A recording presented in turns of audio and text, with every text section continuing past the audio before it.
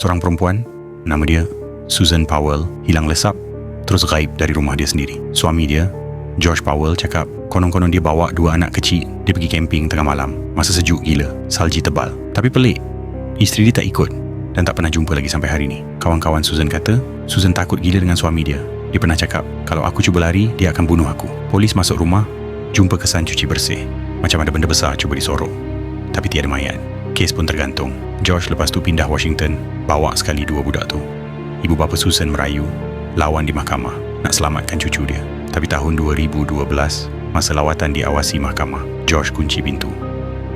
Tinggalkan pekerja sosial kat luar. Dalam rumah, dia bunuh 2 anak sendiri guna kapak. Lepas tu bakar rumah dan bunuh diri. Susan, sampai sekarang tak jumpa.